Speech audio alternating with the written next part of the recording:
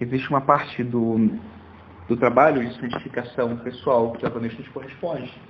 Deus nos deu inteligência para que nós usássemos também na busca dele, né, na busca da verdade. Mas é claro que o mais importante da nossa conversão, essa nossa conversão, é algo que ele vai fazer em nós. A nossa conversão, o céu, a nossa salvação, a nossa santificação, não são um resultado proporcional a nenhum dos nossos esforços. Mas existe uma parte do nosso trabalho que tem que ser feita como correspondência à graça. Eu tentei enfatizar isso, né? O que nós fazemos tem que ser correspondência a algo. Inclusive, quando falamos da oração, nós consideramos que a oração, antes de ser um esforço humano, ela é uma ação divina. Toda oração nasce do coração de Deus, que, por assim dizer, de algum modo, cativa a alma para a busca dele, no desejo de querer estar com ele, de pertencer a ele, de receber tudo dele. Mas essa abertura se dá por uma ação da graça e uma ação que exige uma correspondência. Então, aqui queria começar então a tratar da parte que nos corresponde desse trabalho do nosso caminho para a santificação, do nosso caminho de santidade. Então, queria falar um pouco sobre o autoconhecimento espiritual, mais precisamente sobre o tema das paixões ou das doenças espirituais, como quiserem chamar.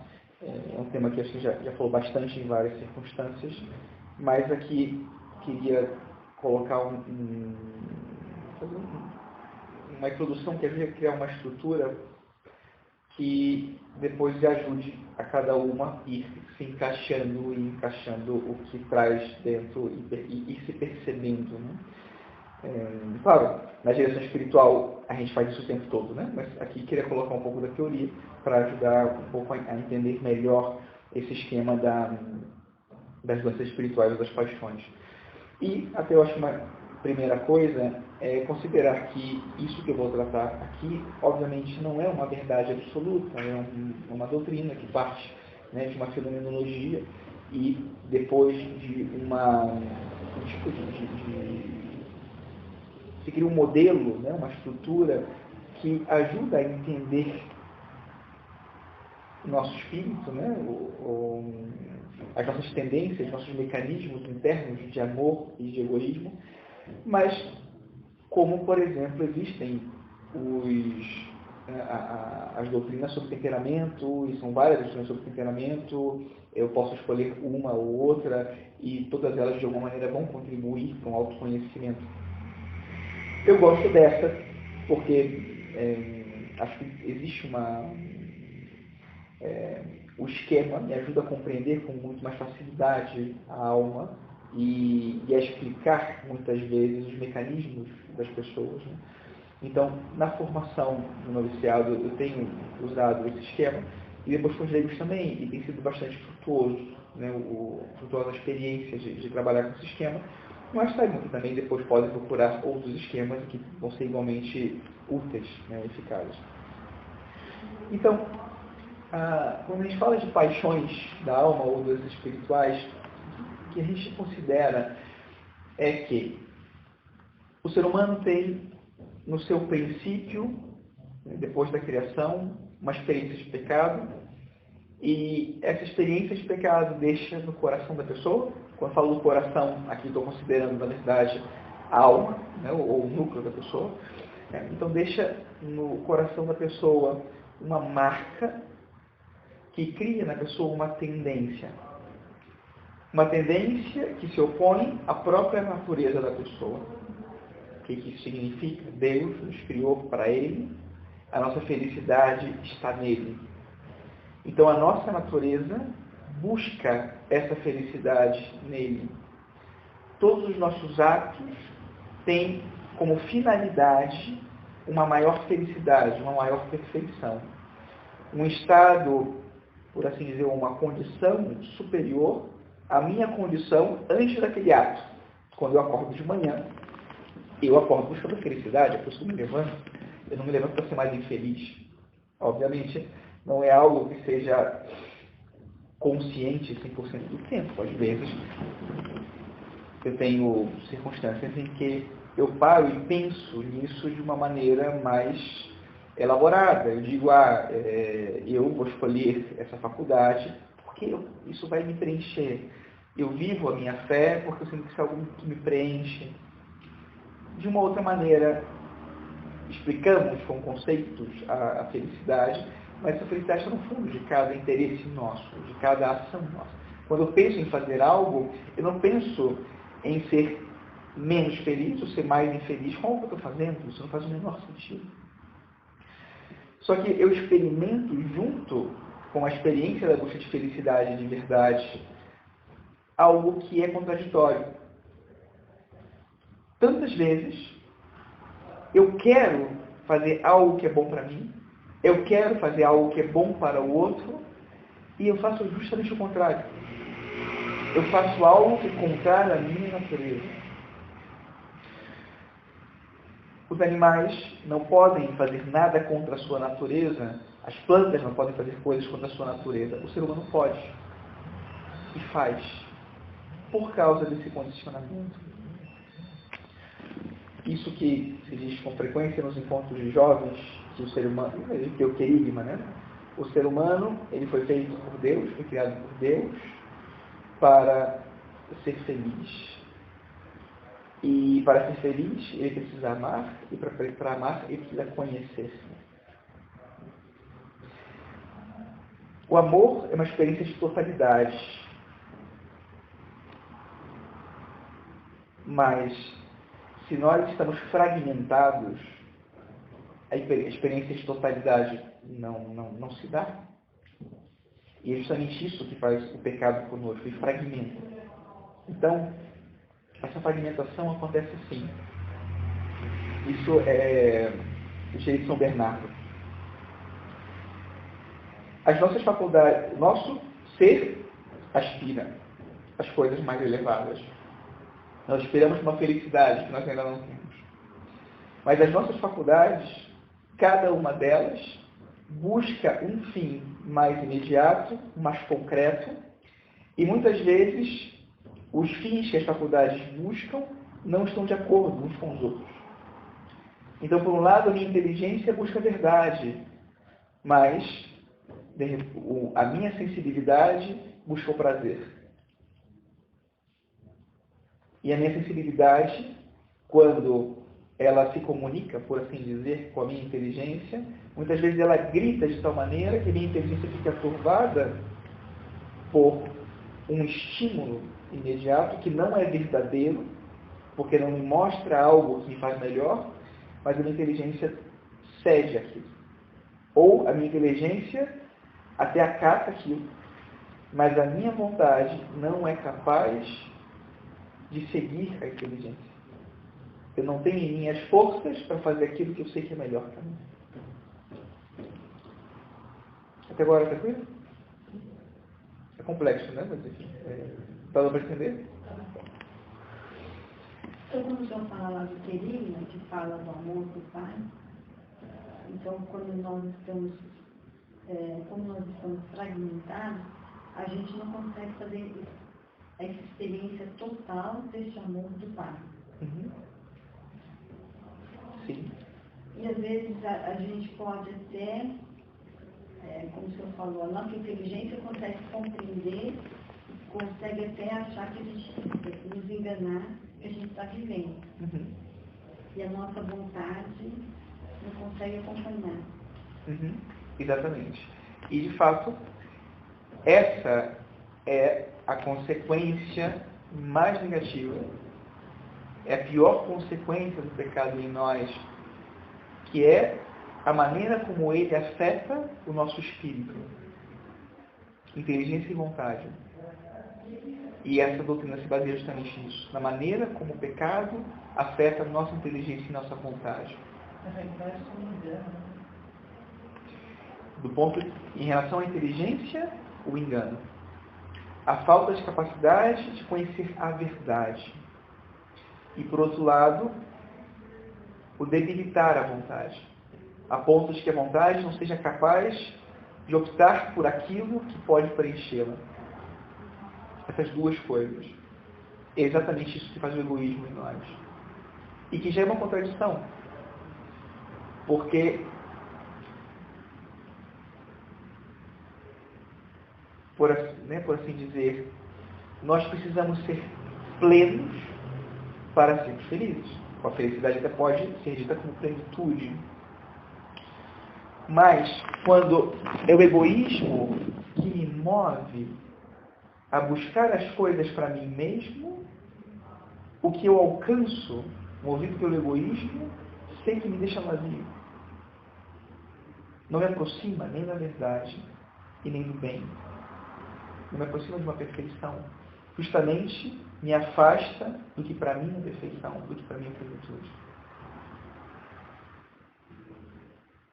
O amor, que na nossa existência contraditória parece ser aquilo que me tira algo, porque o amor na nossa existência, nas nossas condições, implica um sacrifício, renúncia, esforço. Qualquer amor, né? Sim. O amor, você não associa amor com comodidade. Você erroneamente pode associar amor com satisfação. Mas você não associa amor com comodidade. Normalmente você sabe que o amor implica um sacrifício. Mesmo porque, mesmo sem pensar intuitivamente, acho que quando a gente pensa em amor, a gente vem a primeira imagem que me vem é Jesus na cruz. Uhum. E automaticamente tem sofrimento aliado aquilo, né? Sim. Bem, né? E que sua filha de... Você não tem filha. E que sua filha de 5 anos fosse capaz de conceitualizar o amor, eu pensar em você, como mãe. Então, existe uma linguagem, né? O ser humano, e é interessante essa contradição que existe em nós, não se pode apagar totalmente dentro de uma pessoa o amor. Não se pode. Eu acho que a gente não pode dizer que existe em qualquer ser humano um ato que seja totalmente egoísta. Que existe um pensamento que seja totalmente egoísta. É porque o senhor é bom, pai. Não. É porque eu estudo antropologia. Porque o que acontece é que a natureza, Deus criou o homem. Deus cria tudo bem.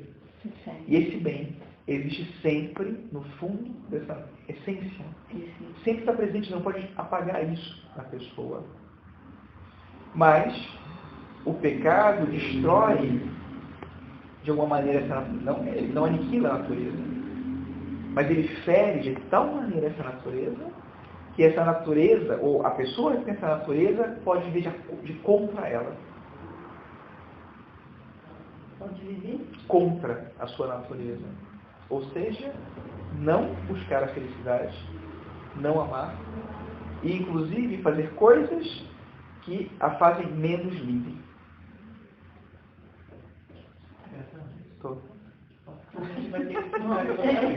É muito bom, né? Mais porque em cada pedacinho tem muito para pensar. Sim, você bem difícil. Posso? Desculpa. Sim, diga. É porque eu falei, o amor, imediatamente vem o sacrifício, vem a cruz, vem a dor, vem o sofrimento. E vem ao mesmo tempo a doação, né?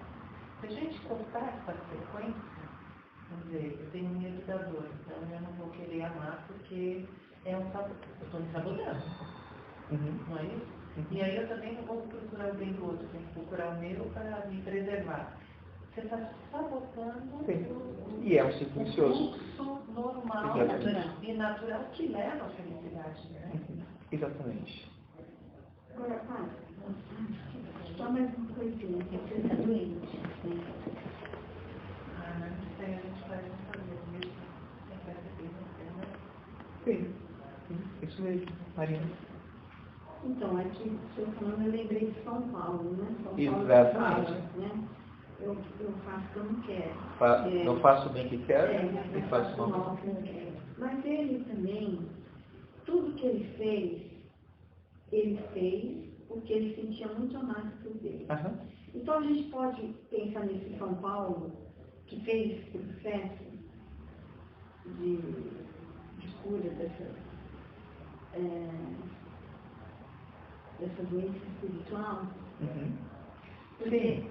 Veja que São Paulo... estudo entre Coríntios, cartas Coríntios, primeira e segunda, para ver o crescente de São Paulo, né? Interessante. Como ele vai se mudando e convertendo, né?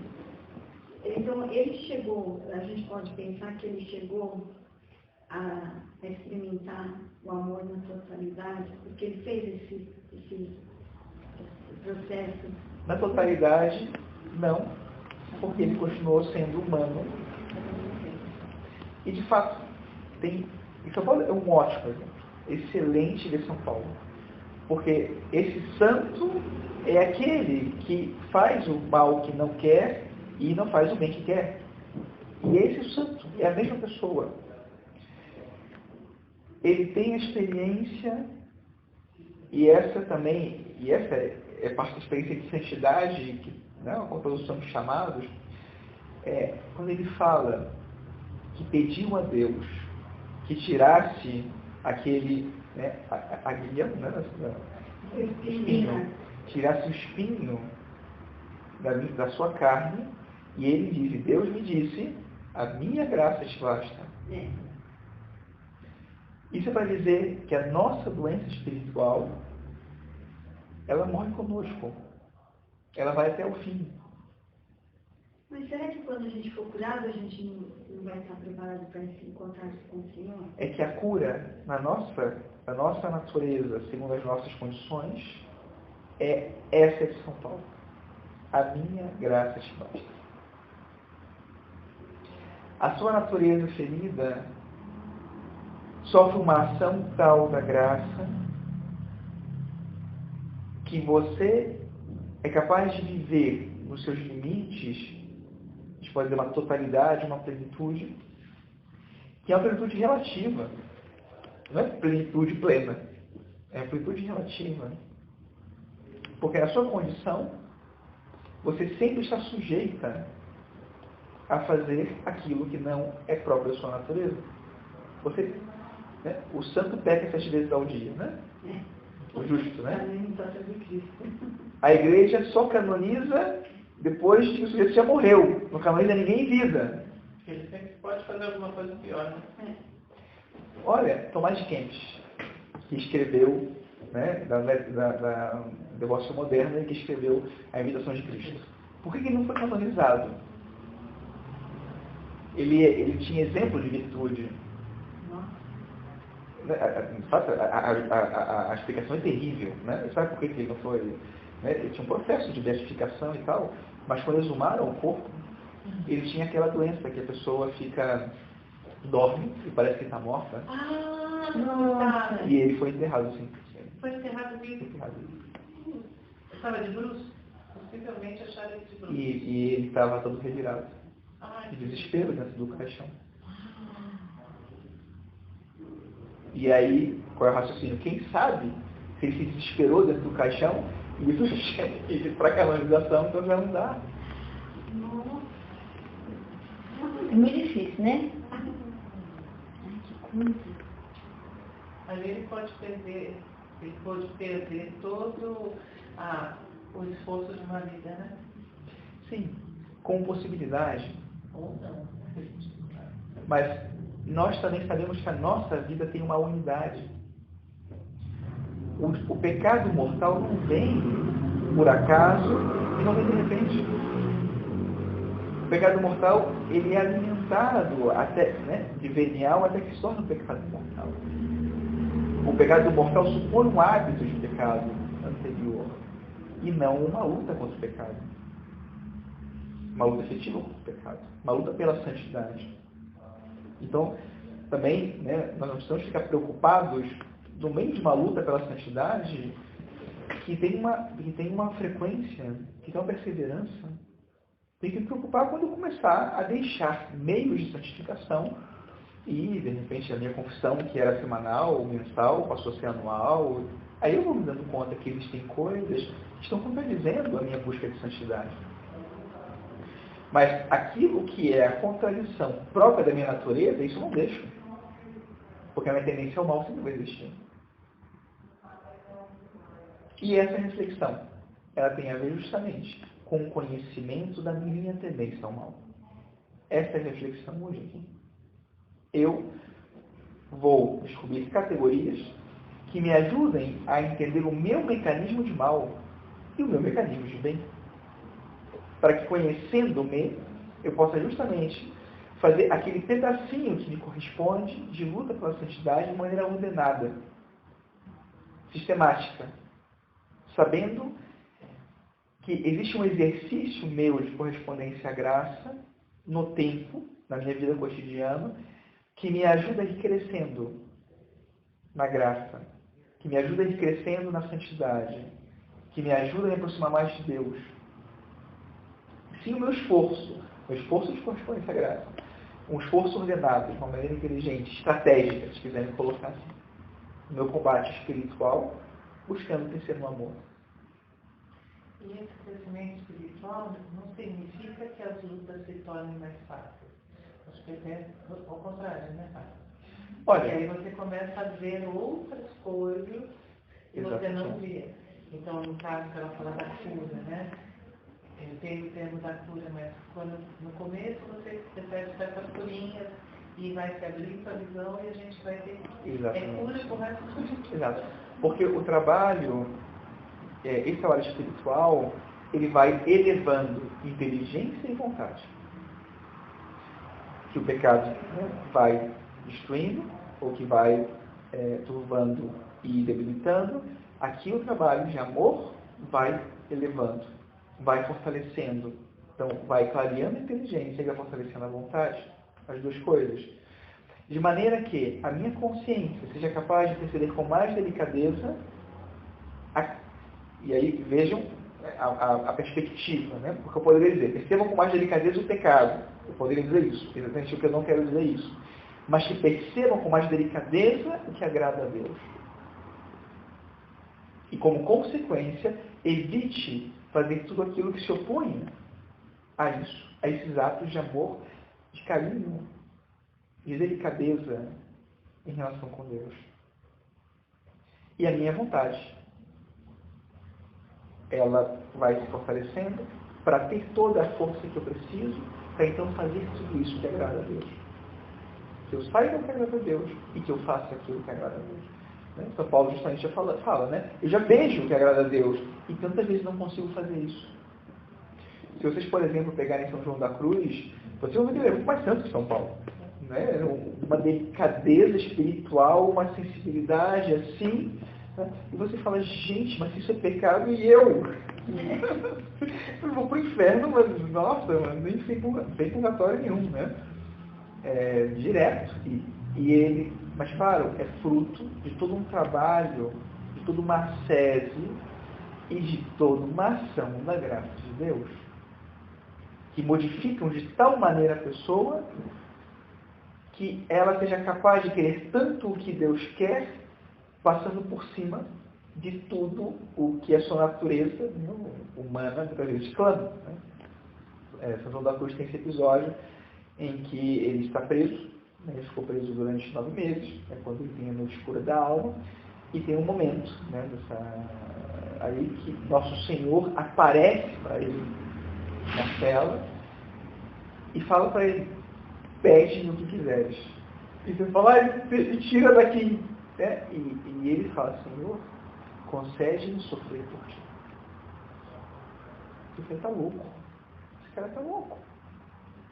Sim, mas ele entendia que Cristo crucificado merecia que ele sofresse junto com o crucificado.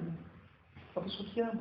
Está vendo que está sofrendo, não vai tirá-lo da cruz, porque a causa dessa crucifixão é o seu próprio pecado, ele não pode apagar esse pecado, ele fala, deixa eu sofrer com você. É a lógica de quem ama.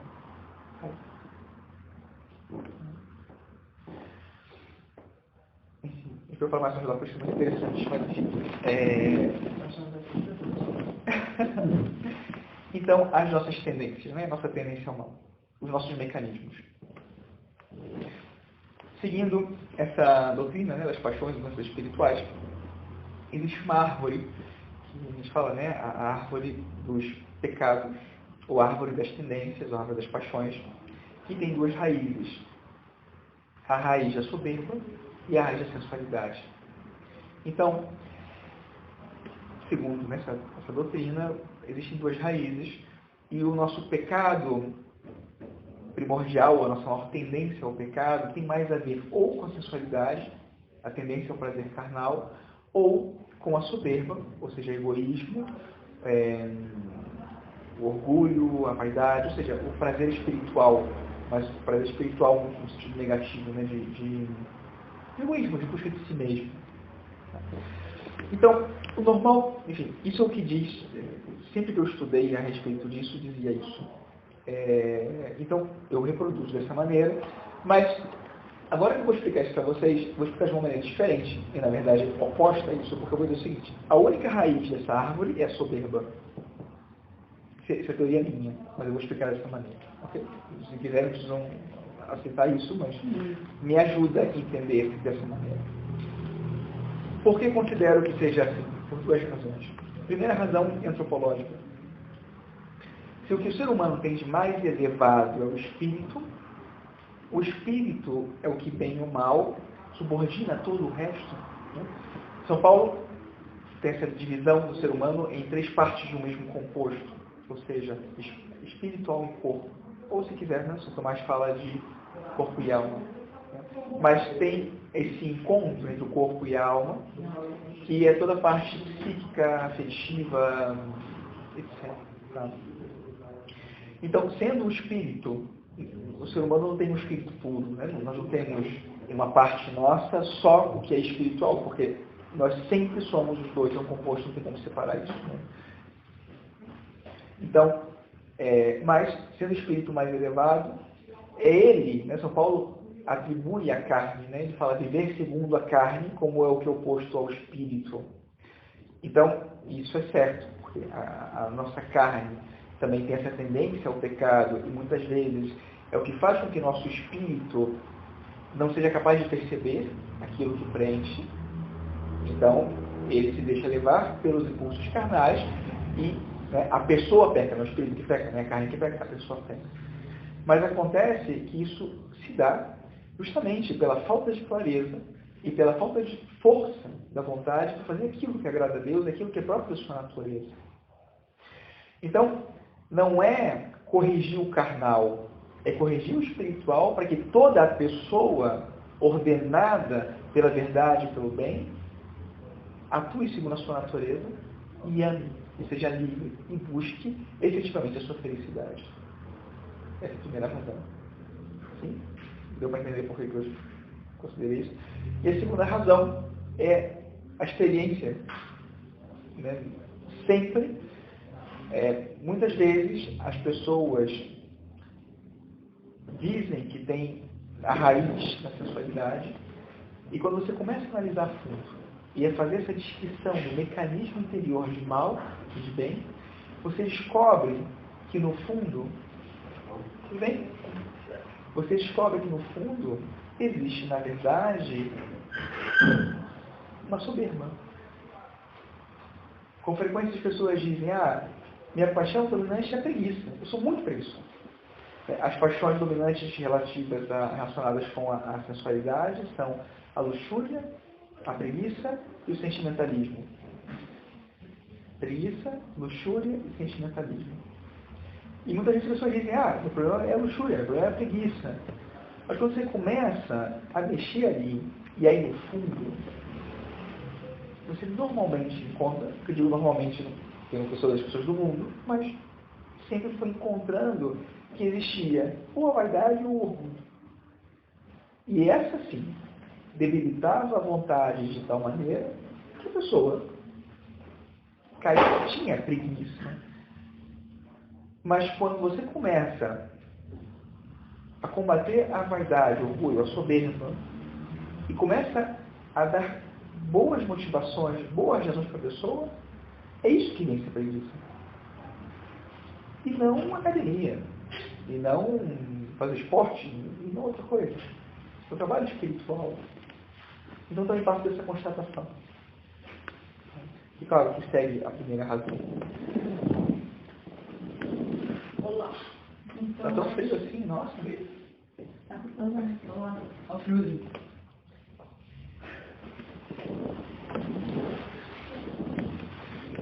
Então, a soberba.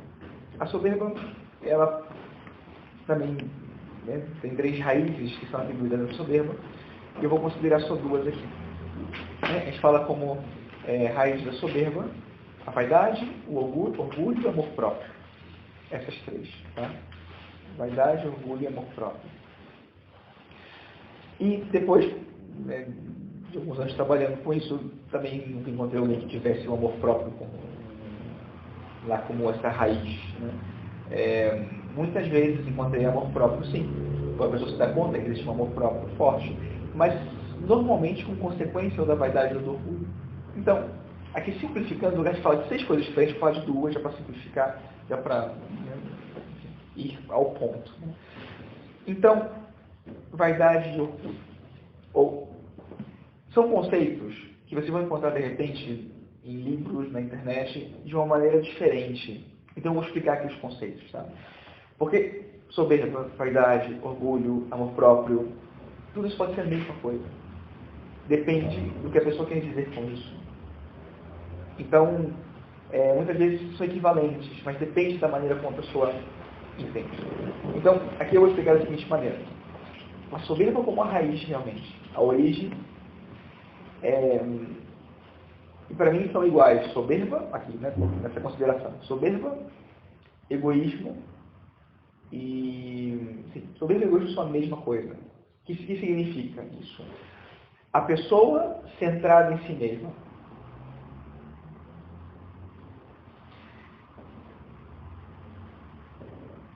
O que é o pecado original? O pecado de Adão e Eva.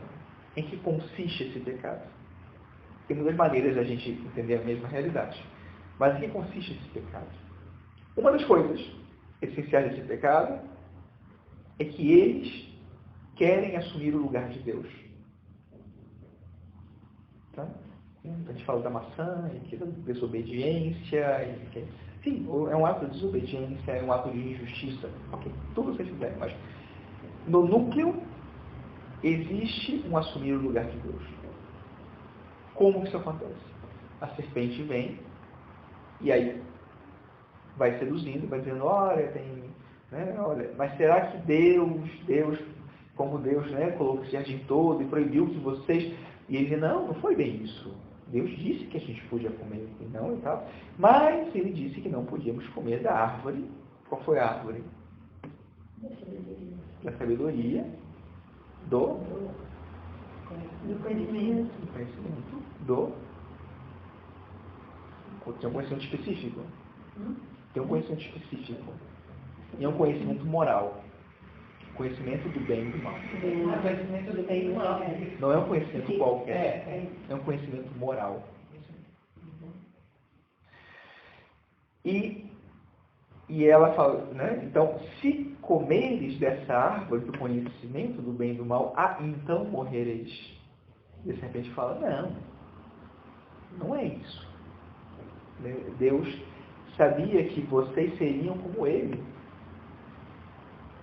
Nossa, é tão rica essa imagem. Né?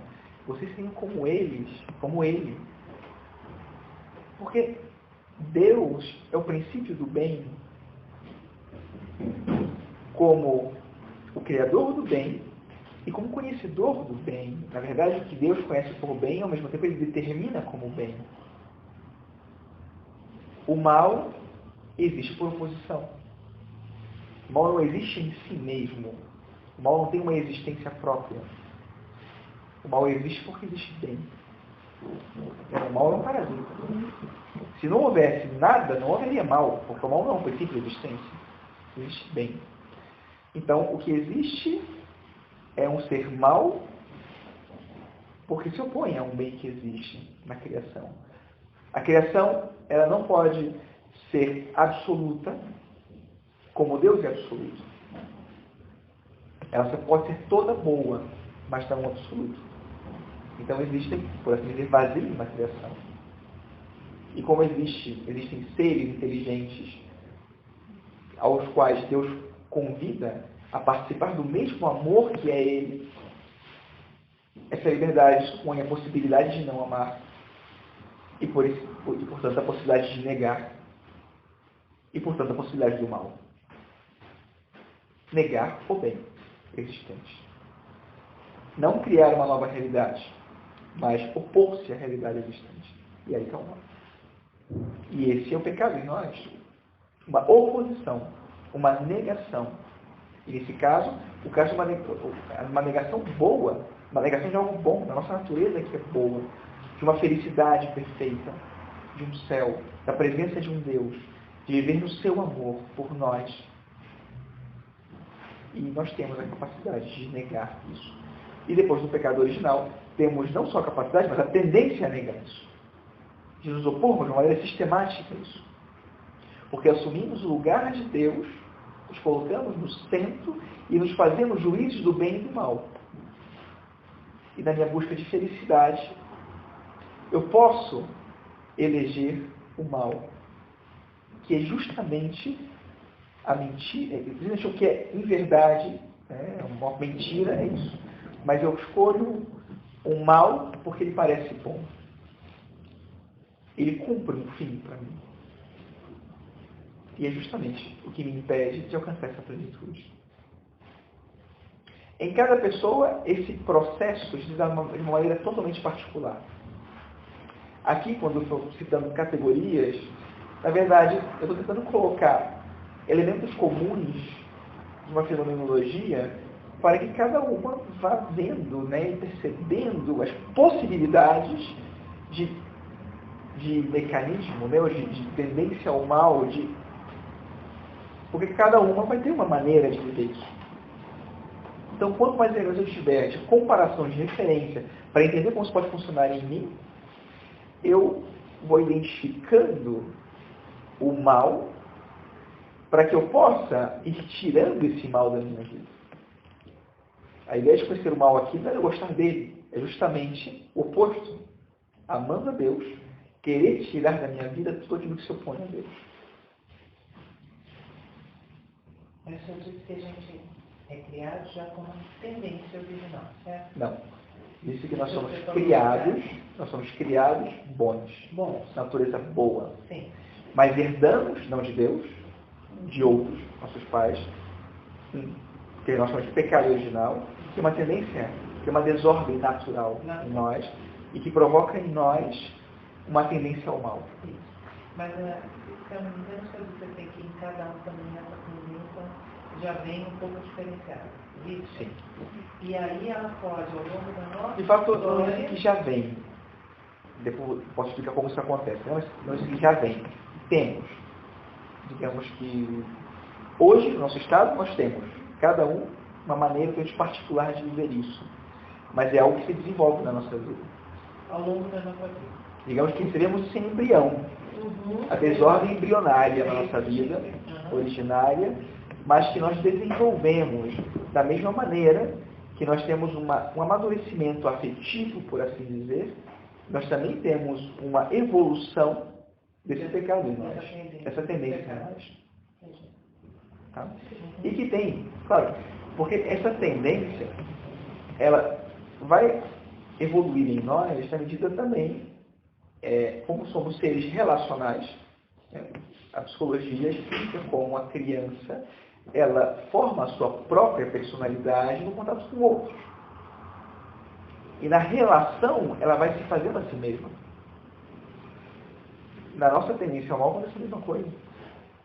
Nós também temos uma relação com os outros que, de alguma maneira, fazem com que, de alguma maneira, também vão determinando a minha maneira de viver esse mal, esse mecanismo de mal. Já leram as Confissões de Santo Agostinho? Não todos. Mas ler a parte da infância?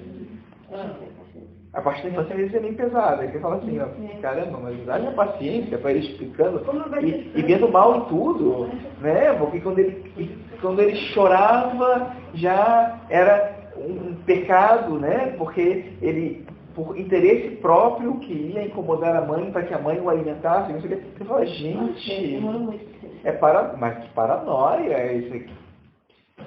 Mas ele coloca algo aí de verdade. Claro que depois é verdade quando é uma desordem, não verdade que é um pecado. São coisas diferentes. Não é pecado porque não tem consciência. A gente pode falar de egocentrismo. Não pode falar de egoísmo. O egocentrismo a gente pode, aqui é uma distinção que eu estou colocando, egocentrismo a nível psicológico. Porque a pessoa está centrada em si, mas é uma questão de sobrevivência. Não posso condenar a pessoa por estar centrada em si porque ela precisa sobreviver. Se a manual da criança, a criança morre. É um instinto de sobrevivência, instinto. Tá? E esse instinto em si mesmo não é ruim. Mas o ser humano, à medida que amadurece, cresce, ele descobre que existem dimensões nele que são mais importantes do que aquela primitiva instintiva. Inteligência, vontade, a parte espiritual. Mas a gente vai percebendo como a nossa parte espiritual ela vai sendo condicionada. E por isso ela não tem a liberdade, por assim dizer, para subordinar todos os nossos instintos, afetos, experiências, etc., para que então dê à nossa vida a orientação segundo a nossa natureza. Mas então a gente poderia dizer que Santo Agostinho, na conversão dele, a conversão dele, ele foi fortalecendo a vontade. Claro. Porque tem muitas pessoas que a gente vê que convertem, mas a gente fala, mas aquele pecado, a pessoa não teve a vontade dela, não estava fortalecida para ela não voltar mais a pecar. Sim. E veja como Santo Agostinho tem um ótimo exemplo. Qual é a oração de Santo Agostinho antes da conversão dele? Porque ele está se convertendo, está se dando conta das coisas, e ele ora pedindo a Deus algo que ele não pode por si mesmo. Ele fala, Senhor, me dá pureza. Ele se dá conta que o pecado dele é da carne. Ele fala, Senhor, me dá pureza. Mas não agora. Então, a inteligência dele vai percebendo. Mas a vontade não é capaz de seguir. E também a inteligência não é capaz de dar aí todas as razões. A razão suficiente para que ele viva aquilo. Porque ainda é bom demais aquilo para ele. E ainda não é capaz de romper tudo. Como se te encontrei, né? Porque muito tempo ele ficou à mercê dessa paixão dominante. Claro. Ele passou 32 anos da vida dele como pagão. Hábitos. E por isso, né, aí queria chegar na sua pergunta de se não fica mais difícil com o tempo e a delicadeza de consciência e tal. O que acontece é o seguinte, difícil sempre vai ser. E tem que ser. Mas compreendendo esse processo de amadurecimento em que eu vou me dando conta de um bem maior que eu ainda não tenho e de coisas que se opõem à consecução desse bem. Então, eu nunca vou chegar na minha vida a uma zona de conforto ou de salvação já adquirida. Porque sempre haverá algo mais de perfeição por ser atingido. Sempre haverá. E se eu perdesse isso, eu perderia o sentido da minha própria vida. Eu perderia aquilo que provoca em mim atenção para eu querer sempre fazer algo mais.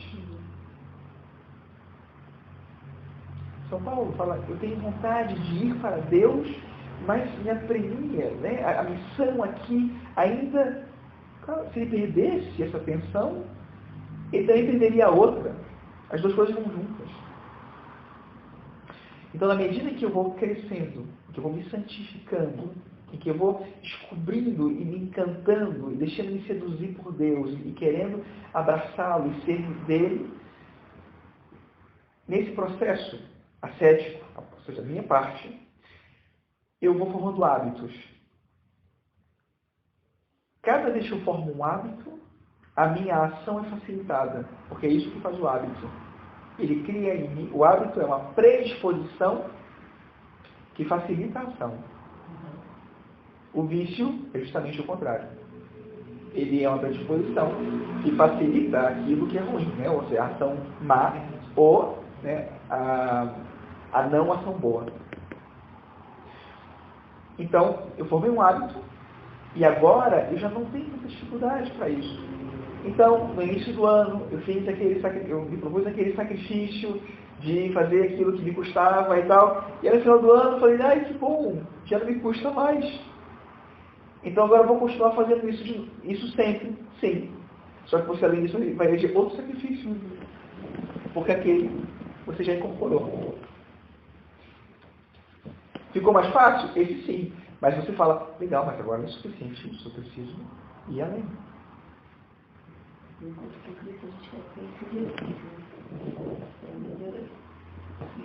Isso numa época da vida.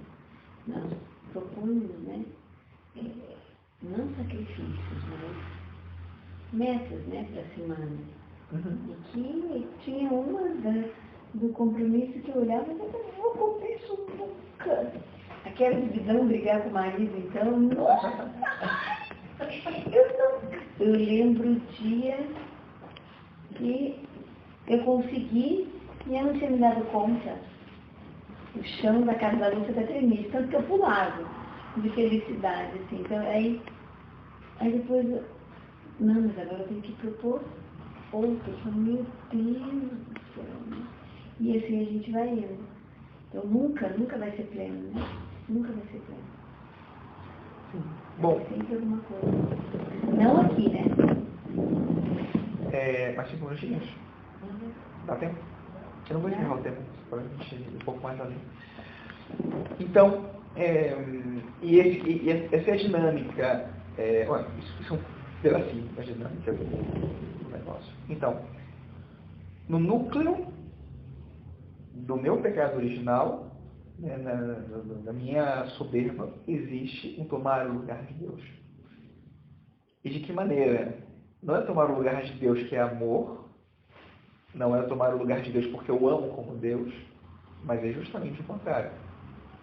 De tirar o amor e me colocar no lugar desse amor, como juiz do bem e do mal. De fato, é muito interessante, porque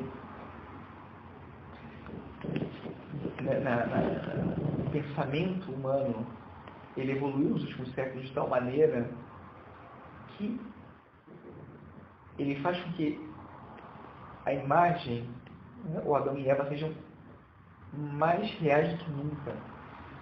Porque existe um momento, né, no pensamento em que se dá uma inversão. Porque, né, durante toda a história da filosofia, peguem, né, a Grécia clássica, né, aí Aristóteles, Sócrates, Platão, né, até o século XV, XVI, existe no ser humano uma busca da verdade. O ser humano sabe que existe uma verdade que ele deve conhecer. Existe uma realidade que ele não conhece totalmente e ele precisa descobrir. Então, o advento das ciências, né, e o ser humano pesquisa, ele estuda, ele tem que descobrir. Os gregos observavam a natureza para tentar entender o funcionamento, como que aconteciam os astros, etc. E depois existe um momento de flexão no pensamento, né, na história do pensamento, em que o pensamento se torna mais forte do que a realidade. É um momento qual? Ideologia de gênero. As coisas não são como elas são. Elas são como eu quero que elas sejam. E porque eu quero, elas se tornam assim para mim. E eu tenho direito de fazer isso. É a coisa mais irracional que existe. É a coisa mais irracional. Mas contra a natureza, mas contra todo o ser humano. É contra a verdade, né? Exatamente. E, portanto, não pode preencher ninguém. As pessoas que vivem isso são as maiores vítimas disso. Nunca estão felizes. Não podem estar felizes, é uma contradição máxima. Não se pode inventar a verdade sobre si mesmo. É ser juiz do bem. Então aqui, né, a ideia é justamente olhar para dentro, né, usar essas categorias, olhar para dentro de si E a partir dela, ser capaz de descrever como eu sou má, como eu sou boa. Essa é um pouco a ideia. Descobrindo, né, as tendências próprias e, né, sendo capaz de... Né, e aí, o que é a proposta de trabalho aqui? Quando a gente chegar ao final desse conteúdo, aí o que vai acontecer? Né? Nesse momento, eu já começaria a explicar as categorias, né? De explicar a vaidade, orgulho, dando as descrições, as características de cada um, exemplos bem concretos, para que seja fácil, né, plástico ir percebendo como isso funciona. Mas em vista de quê? Para que eu descubro toda a minha porcaria? Né? Para que eu fico olhando para tudo que eu tenho de ruim, que eu odeio? Para que eu faço isso? Isso é só parte do processo. É um momento dentro da etapa de autoconhecimento. Porque a outra parte importante é conhecer os dons. Conhecer as minhas habilidades, as minhas capacidades, que tem a ver com a minha vocação. Minha vocação como esposa, minha vocação como mulher, dentro de uma espiritualidade, dentro da igreja, como cristã, como filha de Deus. Porque tudo o que eu tenho de bom é em função de algo que vai balizar o meu caminho.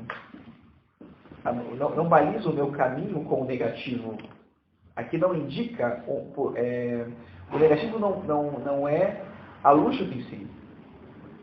Mas aqui ele vai ajudar,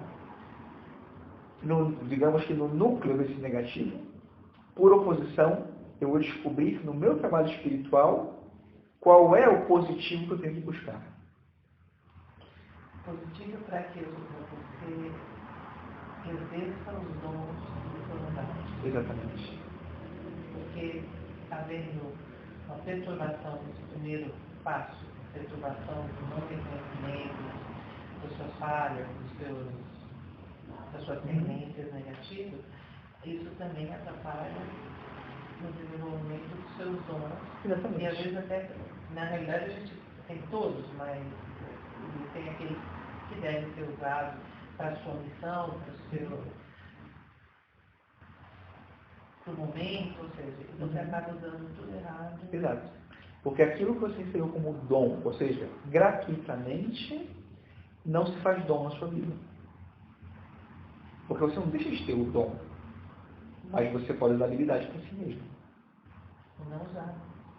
Ou não usar, ou missão, ou usar para si mesmo. E é justamente isso que faz a tendência em nós, né, o pecado. Então, esse autoconhecimento vai ajudar a perceber um ponto de chegada, ou seja, o ponto de partida negativo, que depois a gente compõe com a parte positiva, mas o autoconhecimento, ele me ajuda a descobrir qual é o ponto de partida do trabalho espiritual. E depois, a partir dele, eu descubro qual é o ponto de chegada. O ponto de chegada eu já sei de uma maneira genérica. Eu sei que é a santidade de vida. Eu sei que eu tenho que ser feliz, e felicidade significa plenitude, mas não significa santidade. Eu já sei disso. Tá bom, mas e aí? Isso é concreto para mim? Porque se não for concreto, não me atrai. Se eu não conseguir vislumbrar isso, se isso não me tocar nas fibras mais íntimas, isso não vai me atrair. E a santidade pode ser uma coisa séria. E para mim, ela tem a ver com alguma coisa muito específica. De maneira particular, uma virtude bem específica. Você tem que escolher a sua. Cada um tem a sua.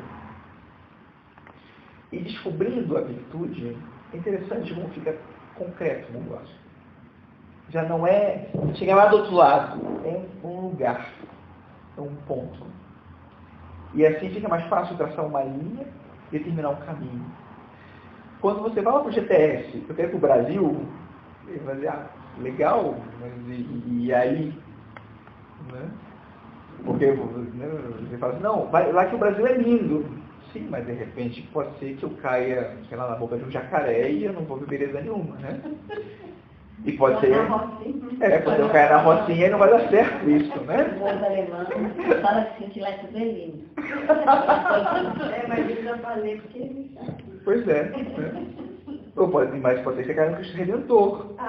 Aí você fala, não, lá eu quero ir. Pois é, aqui é isso que você está fazendo. Lá eu quero ir. Eu tenho que querer ir lá.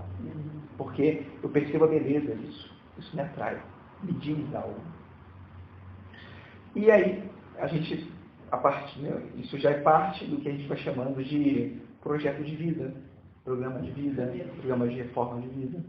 Eu gosto da palavra projeto porque ela tem a ver com ideais superiores, assim, algo maior, né? E é uma coisa para a vida, realmente. Então, eu determino a rota e aqui, a partir, né, disso que eu vou percebendo que é o meu mecanismo, eu vou colocando remédios que me ajudem a ir me curando. É a minha correspondência, sempre como correspondência, graças a Deus. Para que eu vá evitando coisas, fazendo coisas que são justamente contrárias àqueles vícios que eu tenho. E vá colocando isso no meu dia a dia.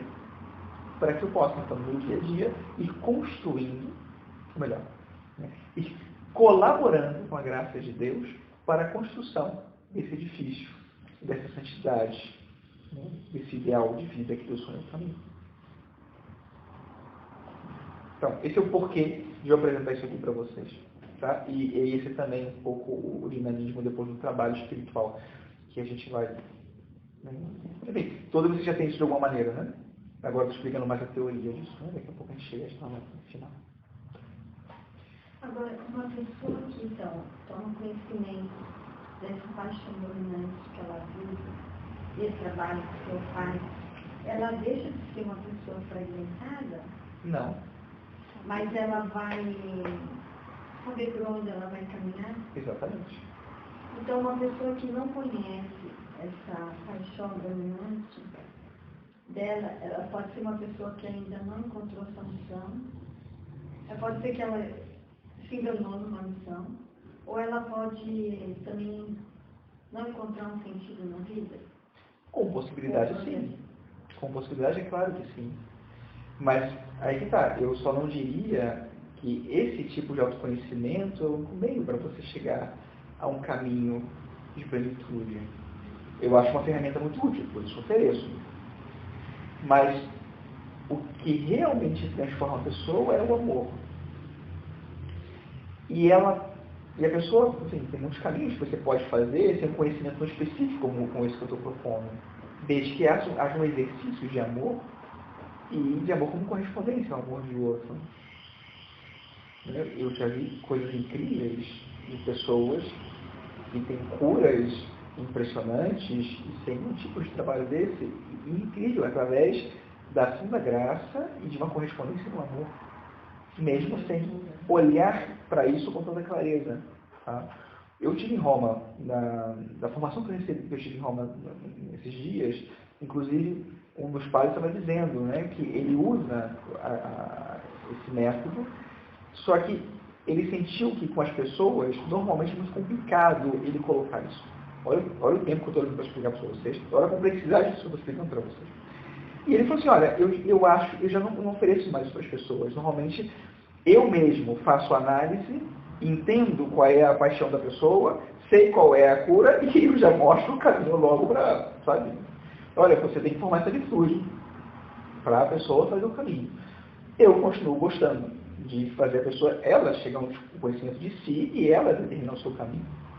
Mas, claro, na confissão eu não faço isso. Na confissão eu faço o que ele está dizendo.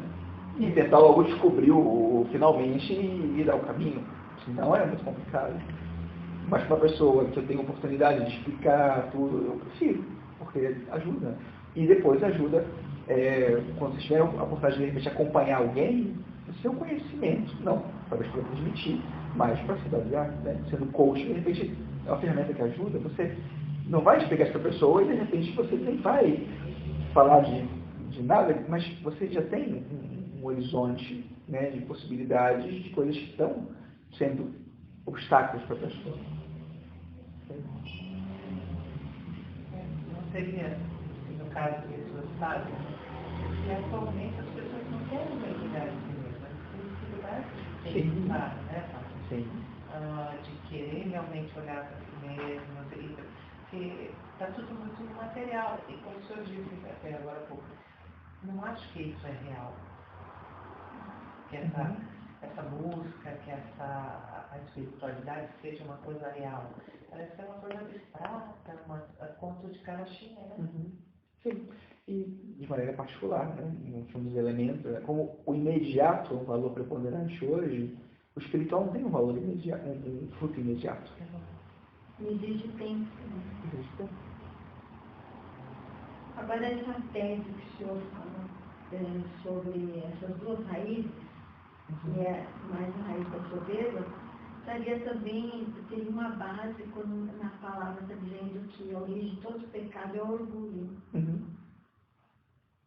Sim. Sim. Então, o senhor não tem nada. Sim, é verdade. Se alguém quiser depois escutar mais sobre esse tema, o Padre Paulo Ricardo tem pelo menos 2 palestras na internet sobre doenças espirituais. Eu gosto da maneira como ele propõe, exatamente como eu estou falando, mas aproveito tudo do que ele fala, acho muito útil. E ele tem um livro também que chama doenças espirituais e esse tema. Não está completo, né? Porque ele ainda faltou o segundo volume. Ele não apresentou até hoje. Mas a base está lá. Isso. Então é interessante, né? Mas enfim, fica isso. Eu não sei quando eu posso mais de novo digitar com vocês, mas fica aqui o... Até a próxima parte, eu posso ver com o Padre Dana se ele pode dar, porque já é mais simples. A introdução, assim, eu acho que é mais complexo, mas depois Não, vamos ver. Vamos ver se Como os alunos... uma vez por mês? É sim. Não, é que eu estou pensando que de repente eu consigo até voltar daqui a 2 semanas que eu tenho que vir a São Paulo. Eu estou pensando em fazer A gente vai Dark anotar no caderninho. então eu vou tentar... A gente vai contar, né, do